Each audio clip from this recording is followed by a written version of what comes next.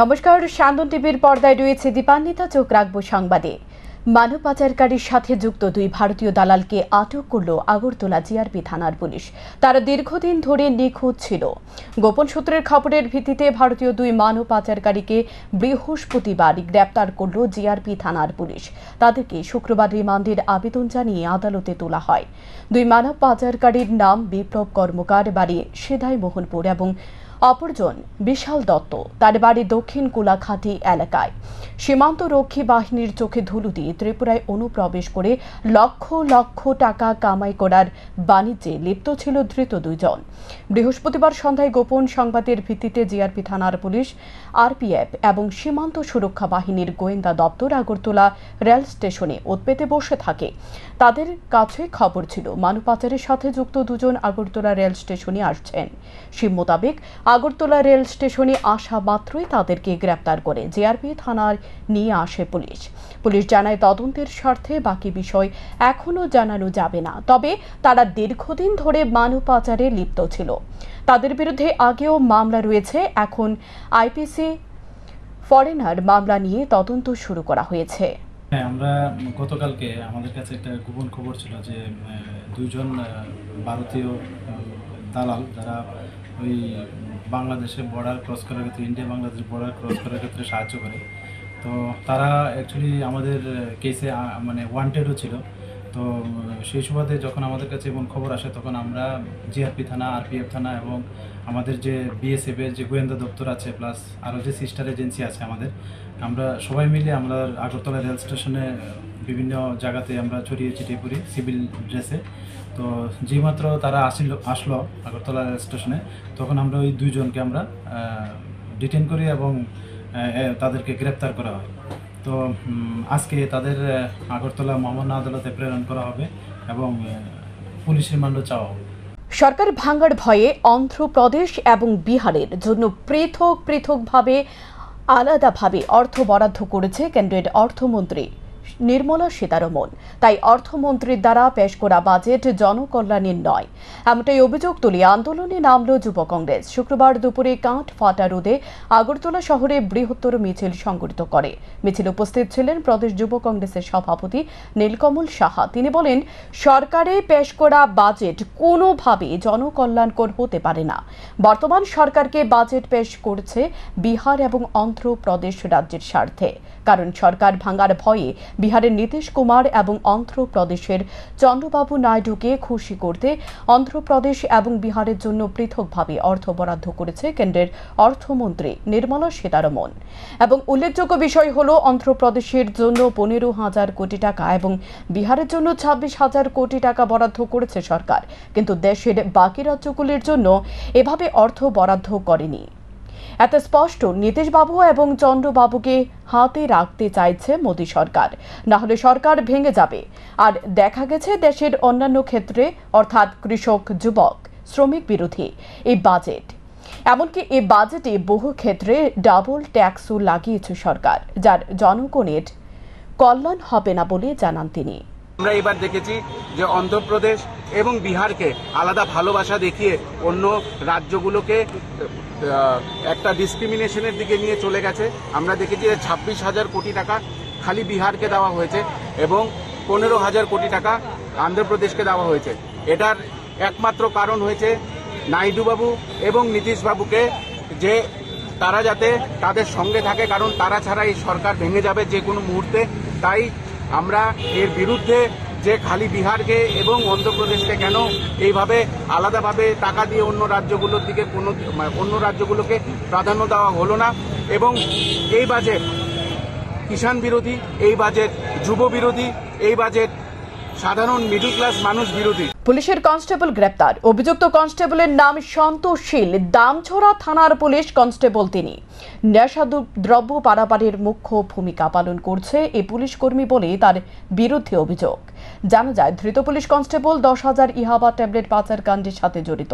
Police তদন্তে নেমে তার বিরুদ্ধে তথ্য পেয়ে তাকে গ্রেপ্তার করেছে এবং চাকুরি থেকে সাময়িক বরখাস্ত করেছে। এ বিষয়ে জেলা পুলিশ সুপার জানান, ধর্মনগর থানার পুলিশ বৃহস্পতিবার গভীর রাতে দামছড়া এলাকা থেকে গ্রেপ্তার করে অভিযুক্ত কনস্টেবলকে। ধৃত কনস্টেবলের নাম সন্তোষশীল। সে দামছড়া থানায় কর্মরত ছিল। গত 22 জুলাই বিকেলে ধর্মনগর গীতা ভবনী এলাকা থেকে ইয়াবা পাচারের সময় আসামের জবরুল হক সহ একটি পালসার বাইক ও কনস্টেবলের সহধর্মিনীর নামের AS23AG 8055 নম্বরের থার গাড়ি আটক করে পুলিশ। সে মাদক কারবারের সাথে জড়িত ছিল রাজ্য পুলিশের কনস্টেবল সন্তোষ শীল। শুক্রবার ধর্মনগর থানার পুলিশ তাকে গ্রেপ্তার ও দায়রা আদালতে সোপর্দ করে। 3-4 দিন আগে এখানে আপনাদের সঙ্গে একদিন মিলিত হয়েছিলাম ত্রিপুরা পুলিশের সাকসেস নিয়ে। তো গতদিনই বলেছিলাম যে আরও কিছু আপনাদেরকে সফলতার খবর দেব। গতকালকে রাত্রে আমরা এই যে গত কিছুদিন আগে ধর্মনগরে যে ইয়াবা ট্যাবলেট ধরেছিলাম, যেখানের মধ্যে একটা থর গাড়ি পাওয়া গিয়েছিল পুলিশের, সন্তোষ শীলের মিসেসের নামে ছিল। তো সন্তোষ শীলকে গতকালকে রাত্রে অ্যারেস্ট করা হয়েছে এবং এটাও জানিয়ে রাখি গতকালকে সন্তোষ শীলকে চাকরির থেকে বরখাস্ত করা হয়েছে। সারা দেশের সাথে রাজ্যে উৎপাদন করা হচ্ছে জাতীয় শিক্ষানীতি সপ্তাহ। এর অঙ্গ হিসেবে শুক্রবার রানীর বাজার নলকরিয়া সংলগ্ন সুকান্ত একাডেমি ইংলিশ মিডিয়াম স্কুলে পরিদর্শনে যান শিক্ষা দপ্তরের সচিব রেবেল হেমন্ত কুমার এবং অধিকর্তা NC শর্মা সহ অন্যান্য আধিকারিকরা। এদিন স্কুলে ছাত্রছাত্রীদের হাতে তৈরি বিভিন্ন জিনিস অনুষ্ঠানের মধ্য দিয়ে তুলে ধরা হয় এবং এ জাতীয় শিক্ষানীতি সম্পর্কে সচিব রেবেল হেমন্ত কুমার জানান, পুরনো শিক্ষানীতিতে কিছু বিষয় ছিল না, সেগুলো বর্তমান নয়া জাতীয় শিক্ষানীতিতে যুক্ত করা হয়েছে। সেগুলো ছাত্রছাত্রীদের মানসিক বিকাশ দ্রুত করবে। डेफिनेटली देखिए, न्यू एजुकेशन पॉलिसी का मतलब यही है कि पुराने से कुछ नया है उसमें। ये बहुत सारे कॉन्सेप्ट जो मैंने आपको बताए वो पुराने उसमें नहीं थे, तो हम लोग इसको धीरे धीरे इसको अपस्केलिंग करेंगे। टाइम लगेगा। न्यू एजुकेशन पॉलिसी सिर्फ स्कूल्स में नहीं है बल्कि कॉलेजेस में भी हम लोग करने वाले हैं और चल रहा है अलग अलग स्टेजेस पे।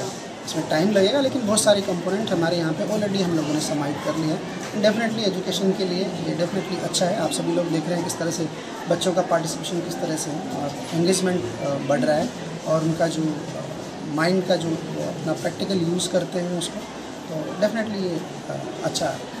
শুক্রবার 26 জুলাই এদিন গোটা দেশ জুড়ে পালন করা হয় কার্গিল বিজয় দিবস। এই কার্গিল বিজয় দিবস উদযাপন উপলক্ষে সালেমা সুরমা মণ্ডল যুব মোর্চার উদ্যোগে শ্রদ্ধাঞ্জলি র্যালির আয়োজন করা হয়। এদিন র্যালিটি সালেমা বিজেপি কার্যালয় থেকে বের হয়।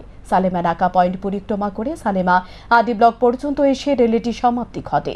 র্যালিতে উপস্থিত ছিলেন সুরমার বিধায়িকা স্বপ্না দাস পাল, সুরমা মণ্ডলের সাধারণ সম্পাদক ননীগোপাল কর মহোদয়, সুরমা মণ্ডলের প্রাক্তন মণ্ডল সভাপতি সুনীল রঞ্জন দাস, সুরমা মণ্ডলের যুব মোর্চার সাধারণ সম্পাদক বিপ্রজিৎ পুরকায়স্থ, যুব মোর্চার কার্যকর্তা অতনু দেবনাথ প্রমুখ। র্যালি শেষে বিধায়িকা স্বপ্না দাস পাল কার্গিল বিজয় দিবসের বিস্তারিত তথ্য তুলে ধরেন। কার্গিল বিজয় দিবস উপলক্ষে যে শ্রদ্ধাঞ্জলি উদ্যোগ নেওয়া হয়েছে, আমি প্রথমে যারা সেই কার্গিল যুদ্ধে আমাদের দেশের বীর সৈনিকরা নিহত ও আহত হয়েছিলেন তাদের প্রতি রইল আমার কোটি কোটি প্রণাম। আর সালেমা মণ্ডল কার্যালয়ে সালেমা বাজারে কার্গিল যুদ্ধে 1999 খ্রিস্টাব্দে যে ভারত মায়ের যে বীর সৈনিকরা শহীদ হয়েছিল তাদেরকে শ্রদ্ধাঞ্জলি জানিয়ে আজকের এই যুব জমায়েত এবং যুব মিছিল শ্রদ্ধাঞ্জলি জানিয়ে 27 আগস্ট এপিজে আব্দুল কালামের 9তম মৃত্যুবার্ষিকী। তিনি ভারতবাসীর কাছে মহাপুরুষের মতো ছিলেন, তাই তাঁর মৃত্যুবার্ষিকী বিশেষভাবে উদযাপন করার উদ্যোগ নিয়েছে প্রদেশ বিজেপির মাইনরিটি মোর্চা। এদিন সারা রাজ্যের সবকটি সাংগঠনিক জেলায় দিনটি উদযাপন করা হবে। একই সাথে বৃক্ষরোপণ কর্মসূচি অনুষ্ঠিত হবে। শুক্রবার প্রদেশ বিজেপি কার্যালয়ে প্রদেশ বিজেপির মাইনরিটি মোর্চার পক্ষ থেকে সাংবাদিক সম্মেলন করে একথা জানান সংগঠনের রাজ্য সভাপতি বিল্লাল মিয়া। আরও জানান, অল ইন্ডিয়া মাইনরিটি মোর্চার পক্ষ থেকে পুরস্কার প্রদান করার উদ্যোগ নেওয়া হয়েছে। ত্রিপুরা রাজ্যের বিভিন্ন ক্ষেত্রে দৃষ্টি আকর্ষণকারীদের নাম আগামী 6 আগস্টের মধ্যে দিল্লি পাঠানো হবে। তারপর অল ইন্ডিয়া মাইনরিটি মোর্চার পক্ষ থেকে 12 আগস্ট পুরস্কার প্রদান করা হবে বলে জানান তিনি। 27 তারিখ আগামী ডক্টর এপিজে আবুল কালামের 9তম মৃত্যুবার্ষিকী রাজ্যের প্রতিটি সাংগঠনিক জেলায় যথাযথ মর্যাদার সহিত সেখানে পালন করা হবে এবং 27 জুলাই সকাল 10টার মধ্যে সেখানে তার মৃত্যুবার্ষিকী প্রতিযোগিতা যেমন পুষ্পর্পণ হবে, উনার নিয়ে আলোচনা হবে, তেমনিভাবে সেখানে বৃক্ষরোপণ করা হবে।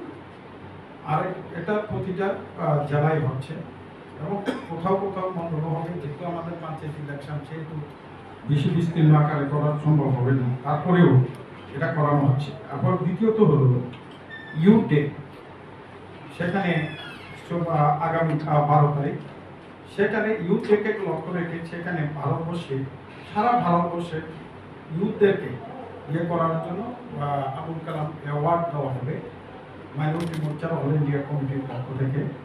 আগামী 6 তারিখের মধ্যে নমিনেশন করানো হবে, সেটা সারা ভারত আমাদের এই রাজ্য থেকেও সেখানে নমিনেট করানো হবে। ত্রিস্তর পঞ্চায়েত নির্বাচনে মনোনীত বিজেপি প্রার্থী উত্তম দাস শুক্রবার বাড়ি বাড়ি প্রচারে বের হয়। সঙ্গে ছিলেন দলীয় কর্মী সমর্থকরা। এদিন তিনি চারিপাড়া এলাকায় বাড়ি বাড়ি গিয়ে উন্নয়নের আশ্বাস দেন যে উন্নয়ন তখনই সম্ভব হবে তিনি জয়ী হবে। পূর্ততা দেখে আমি নিশ্চিত যে আগামী দিনে ভারতীয় জনতা পার্টির পঞ্চায়েত আবার গঠন করতে যাচ্ছে। বিনা প্রতিদ্বন্দ্বিতায় আমরা পঞ্চায়েতের নির্বাচন অলরেডি জয়ী হয়ে গেছি। এখন আমাদের জেলা পরিষদের প্রার্থীর বামফ্রন্ট দিয়েছে নামকে বাঁচতে, তো ওই নির্বাচনও আমি বিপুল ভোটের ব্যবধানে জয় লাভ করব এবং মানুষের যে স্বতঃস্ফূর্ততা, মানুষের যে উচ্ছ্বাস ভারতীয় জনতা পার্টির প্রতি, তা দেখে আমি নিশ্চিত যে বিরোধী শূন্য আবার জেলা পরিষদ হতে যাচ্ছে। এখনকার মতো সংবাদ এ পর্যন্তই। চোখ রাখুন স্যান্দন টিভির পর্দায়। নমস্কার।